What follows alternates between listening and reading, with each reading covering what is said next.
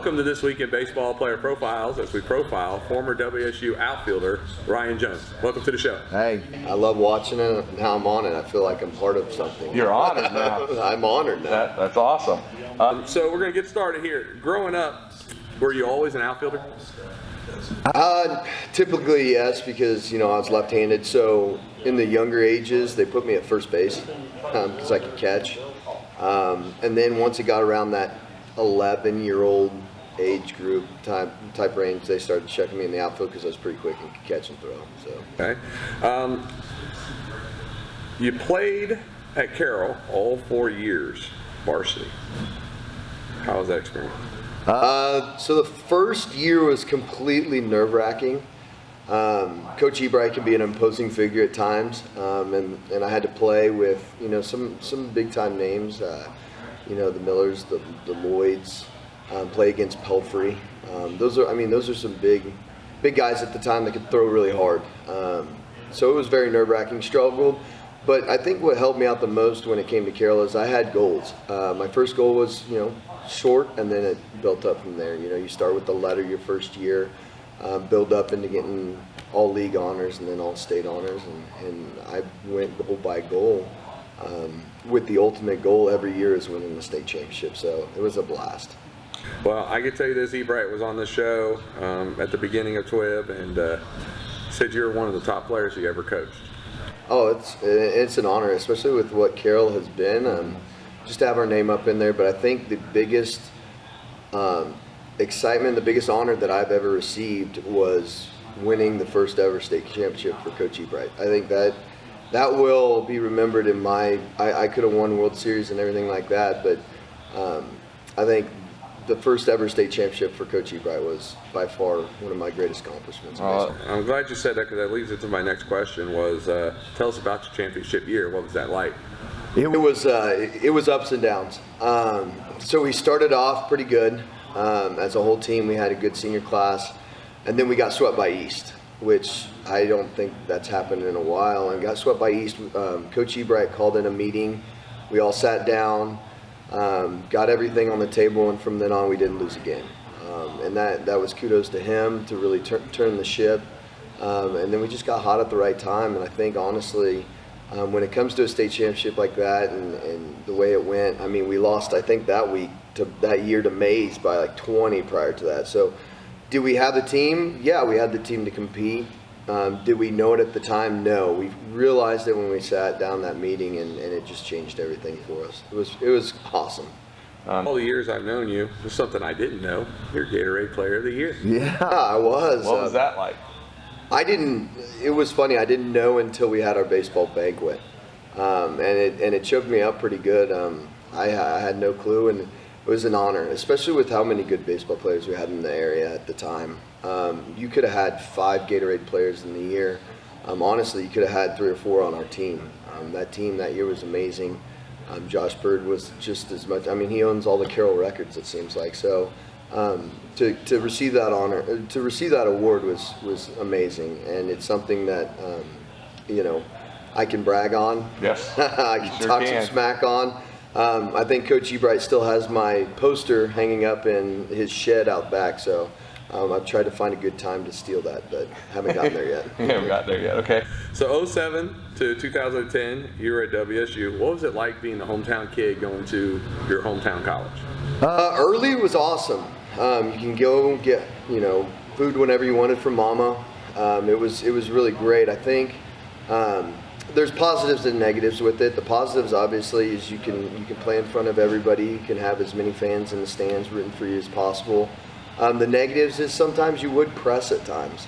You got family in the stands, you want to show off for them, and you want to do well, and you start getting away from certain things, such as just winning the game. So to have a player that can actually kind of mold those two things to understand that, yeah, I'm playing in front of family, but I've still only got one goal, and that's to win a baseball game. At times you could get lost in that, and especially when after our 08 season, when we lost like 17 people to the draft, and it was me and a few other guys really cooking at it, and we just had basically a brand new team. That was very difficult for us as a whole, but somehow all of our team molded together towards the end, and we figured it out and still made a regional, and that was actually a really cool regional for us to make. Being one of the few teams that didn't have 40 wins under the Gene Stevenson era, it could really hurt you. It could really get to you, but we found it in ourselves. We had a bunch of great leaders that stepped up and really made the game right, and we ended up making it. And senior year was a tough one for us because we had, I think, 44 wins or something along those lines and didn't make a regional, which was heartbreaking to say the least. But being a hometown, I mean, it was great. Loved it. Gene Stevenson was awesome. The coaching staff was really good, and I mean, it's something that my family can definitely hold on to for years to come. And you keep bringing up Gene. What was it like playing under Gene Stevenson? So I've always thought that Gene was kind of a sour candy.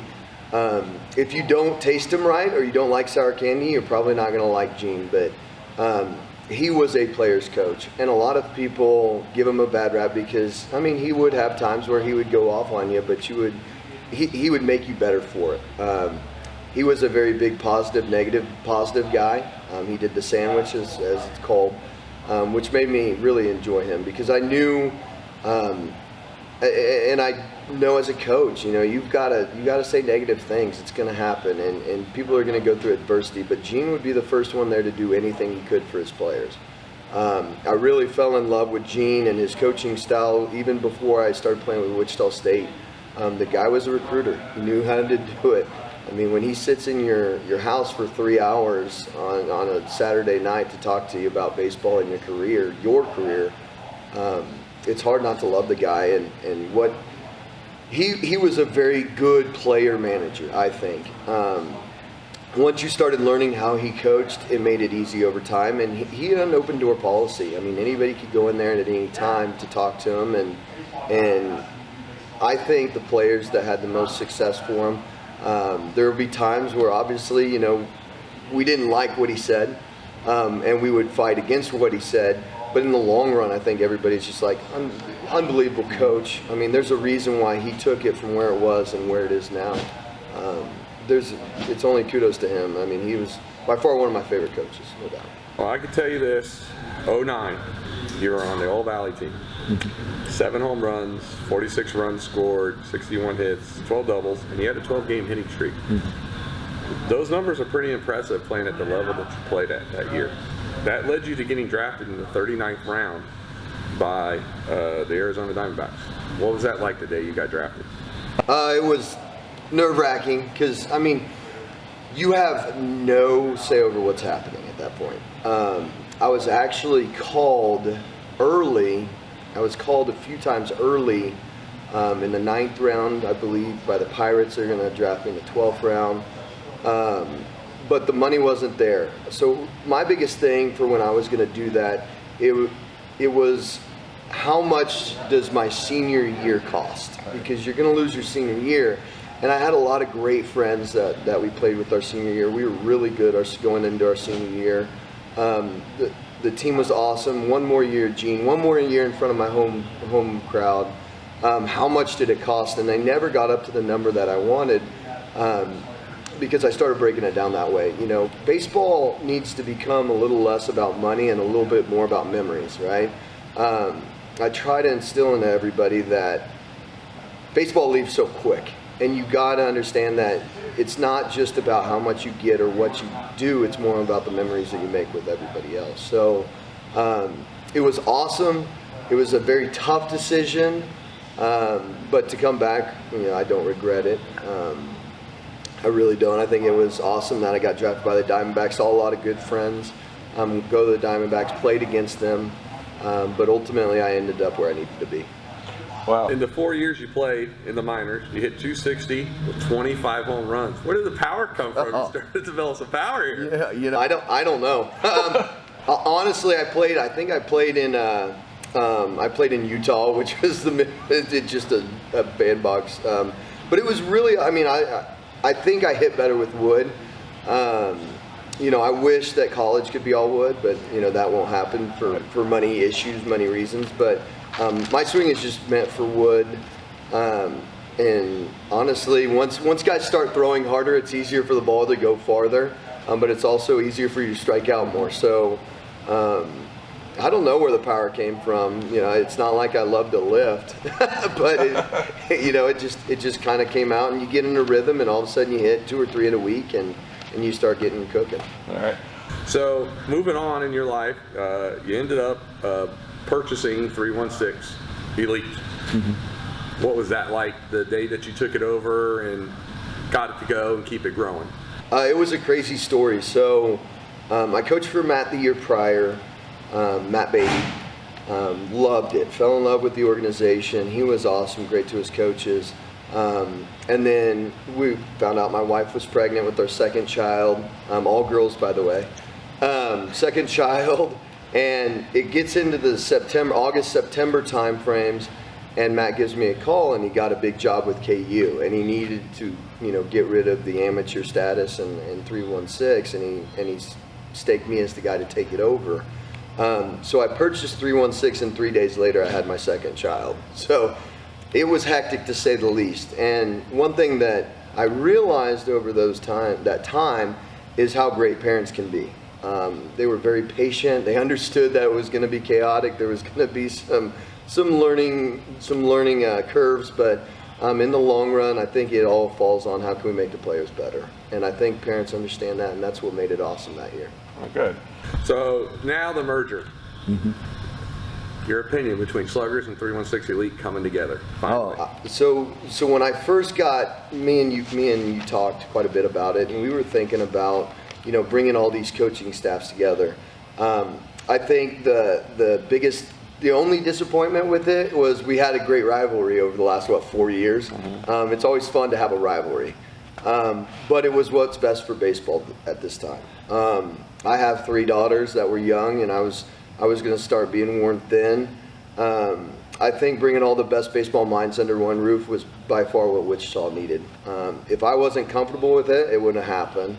But having you, myself, and Matt come together and letting Matt Beatty lead the helm was exactly what needed to happen. 316 baseball has been awesome. It's really given me an opportunity to coach at a different level. Not really having to worry about all the numbers and the things, but just worry about coaching and how to get players better. That has been exciting to me because I've run the outfield program. To be able to actually work with all the outfielders in the organization and kind of teach them some of the things I know, it's been awesome, to say the least. And it's been a lot of weight lifted off my shoulders, probably yours as well. And we've just stuck it on Matt's, which is great. But to be honest, with Matt Brady and you guys and doing what you need and allowing me to be with my daughters and my family, my wife Jennifer, it's been a blessing. And I'm telling everybody right now, it's the greatest thing for baseball in Wichita, no doubt. I have to agree with you. I really do. I think it's going to get us back to, even when you were playing, all the best players, mm-hmm. are going to be coming. So with that leading into my next one, what do you have for youth players and parents that you can give some advice for? And I'm talking about prior 13, 14, like 9 to 12, 9 to 13 years old. I think the biggest thing to understand is don't make them grow up too fast. Understand that there is a learning curve process. Don't be that parent that is constantly trying to coach your child. Just be that parent that's willing to put a ball in the tee. And always, never be afraid to go to practices. Don't insert yourself into practices unless the coach wants you to, but be that person that's always listening. Because if I can teach a kid and they can get that same teaching at home, it makes it easier on everybody involved. The one thing I worry most about is when I teach a player something and then they go home and they hear something different. It could mean the same thing, but they're getting 2 different ways of learning it. It's like math. Okay, right now they have 2 different ways of learning math. And if you teach kids both right now, they're confused. So be understanding that you need to be in a partnership with a coach. Understand where they're at and how they need to do to make your child better. Never be afraid to ask questions. Know the right time to ask questions to a coach. Right after the game is never the right time. But understand that as a coach, me, and then being a parent, it's really difficult too. And I understand now being a parent, understanding what all these parents have gone through.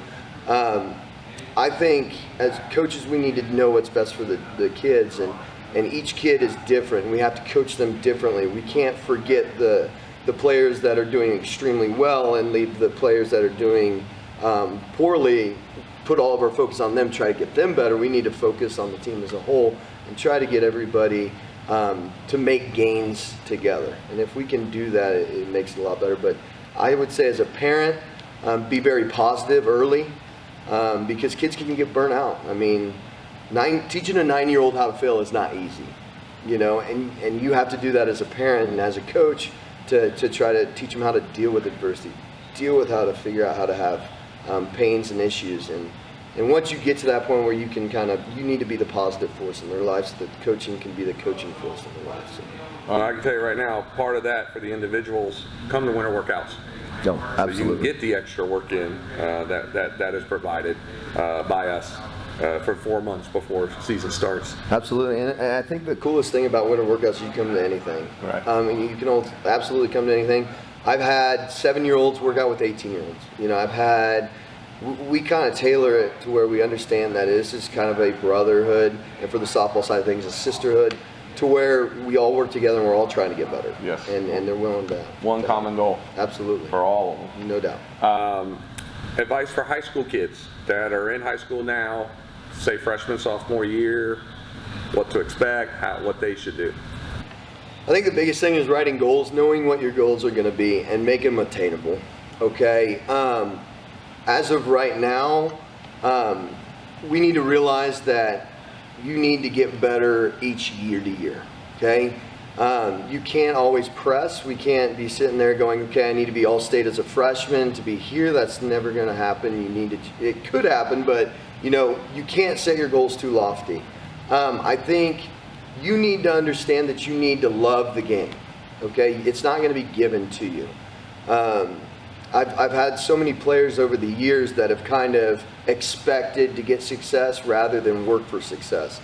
I mean, I was all-state my junior year, and all I wanted was a state championship. Have team goals, not just individual goals, because baseball could be a very big individual game, and if you make it only on individual goals, then going 4 for 10 is what you're caring about rather than winning 4 games in a row. So have your individual goals, but don't forget your team goals. I really stress it to my teams that, yeah, it's great to have individual goals, but we also got to think we need to win as a team. We need to become better as a team, and that kind of gets lost at times. I think weight, strength training, you know, they didn't have what high schoolers have now. We didn't have high school weights program at Bishop Carroll back when I was, so I got a personal trainer, and I'll be the first one to admit, I'm not a guy that's just going to go and lift on my own. It's not going to happen. I hate lifting. I needed somebody that was going to push me, and I had a guy back in the day, Matt Sanders, that pushed me, and I gained 35 pounds my sophomore year, gained another 30 pounds my junior year, and came out, you know, 190 pounds ready to go my senior year. So if you're that type of person that can't be in a setting full of 60 kids and lift on your own and really hone in, I would really push a lot of kids getting some personal training. Put your money into that system, because if you really want it, then that's what you need to do to get there. But I think once you get to a certain age, you got to understand, do you really want it? Because it's not going to be given to you. Right. So this next question is really a 2-part question. Class of 21, moving on into college, advice for them, and then some advice for the 22s that are going to be dealing with COVID and the less draft being less rounds and things like that. What do you suggest to these guys? So the 22s, I would say enjoy your senior year. You know, some of you might not have a scholarship yet, but for those of you that do have a scholarship, you're the ones that don't, understand this will be the last time you play with all this team ever. The relationships that you have in high school, you might only have 1 or 2 going in past college. I've been lucky enough to have some good friends that have stayed with me over the time, but there is nothing like high school senior year. It was my favorite year. My senior summer was an amazing summer. We did a lot of great things over the summer.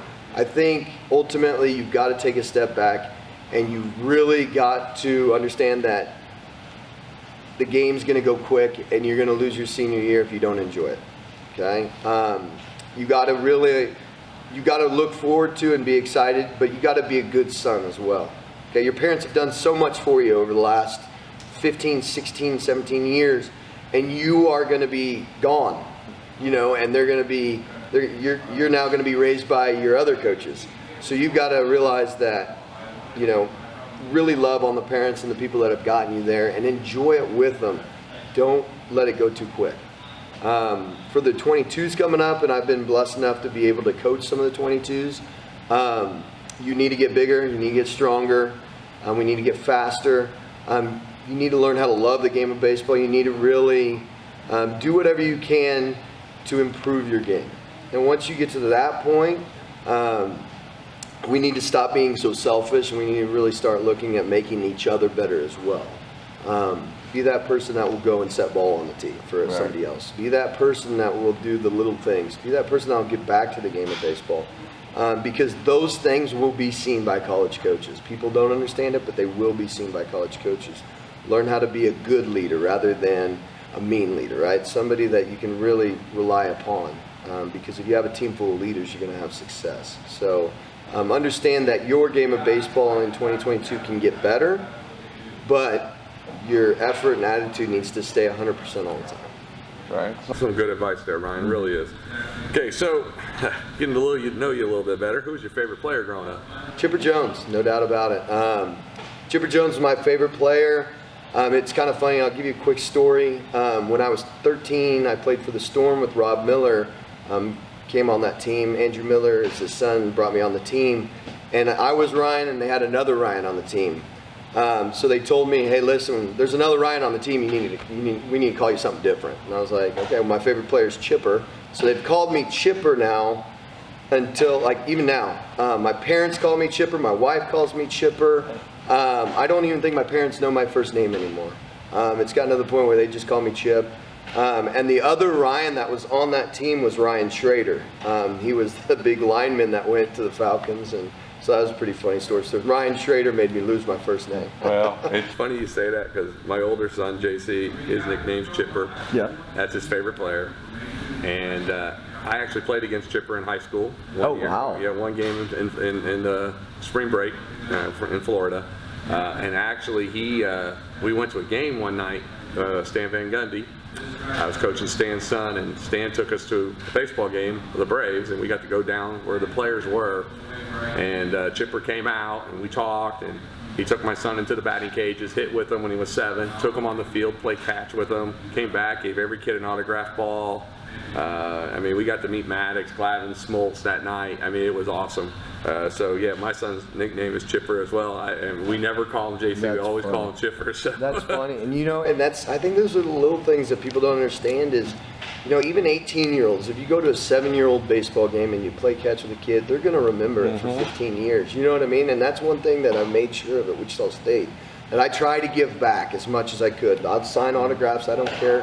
I'll go up, take pictures with kids, because those are the things that the kids remember, and it brings in that next generation. I'll tell you this, with my older son in college, it was his birthday, and we're in Arkansas playing, and the coach let me go on the field and play catch with him. Oh, that's awesome. And it was his junior year, so that's something I'll never forget. Right. I got to play catch with my son in the college field, just warming up. So you're right. Yeah, things absolutely. Like that. Favorite team?